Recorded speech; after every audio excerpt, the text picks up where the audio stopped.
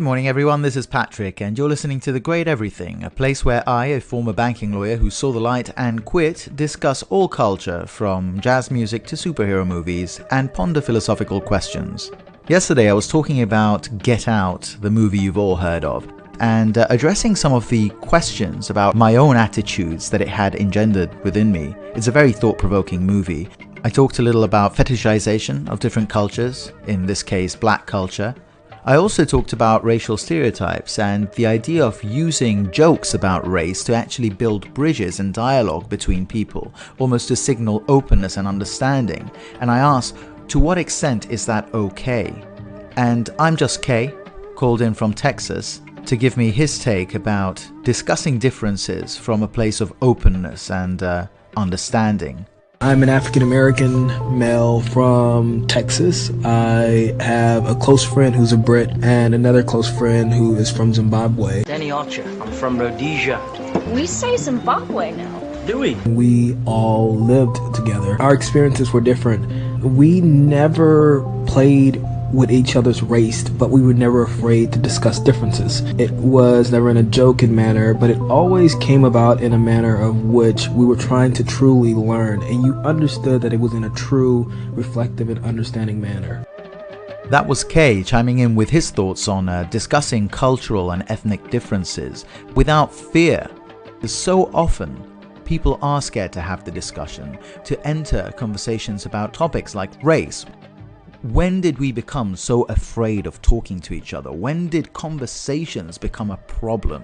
Conversations solve problems. They aren't a problem. Violence is the problem, and conversation is the antidote to that.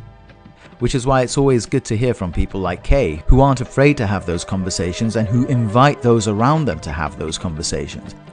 Without allowing everyone to voice their opinion, how are we ever really going to be able to tell the difference between those who are open and who want to build and those who are closed down and want to destroy? We will never be able to tell them apart if we keep everyone silent. As Kay tells us, when everyone speaks up, you can tell the difference between those who approach it from a place of intolerance and trolling and hate and those who approach it from a place of desire to learn and humor. Another example is quite often when we would go out together, he'd ask me, hey, do you want to go for a swim? I said, black people don't swim with white people because oftentimes when black people go swimming with white people, the black person ends up dead and the white person can't tell the mother or the family what truly took place. We always beat each other to the joke. He's a white guy, he's the British guy living in Detroit. He's really getting a cultural experience, and it's not like he's trying to steal my life. He's getting to walk into shoes. I tell him all the time, black people trust you more because you're British and you're living in America. They would talk to you, be more than willing to talk to you versus a white American. Thank you, Kay, for your perspective on that. And yeah, I don't think it should be that difficult to tell the mother of a black man who drowned in a swimming pool what really happened. She knows black dudes can't swim.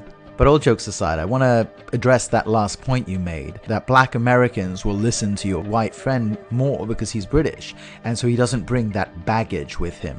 But I think this is another barrier to conversation, when we listen to who the person is rather than what that person is saying. Of course, if you know something about the person speaking, say that they're a bigot or a liar, I can understand questioning their motives. But when all you know about the person is that they're a white American, why should what they have to say count any less than what a white British guy has to say?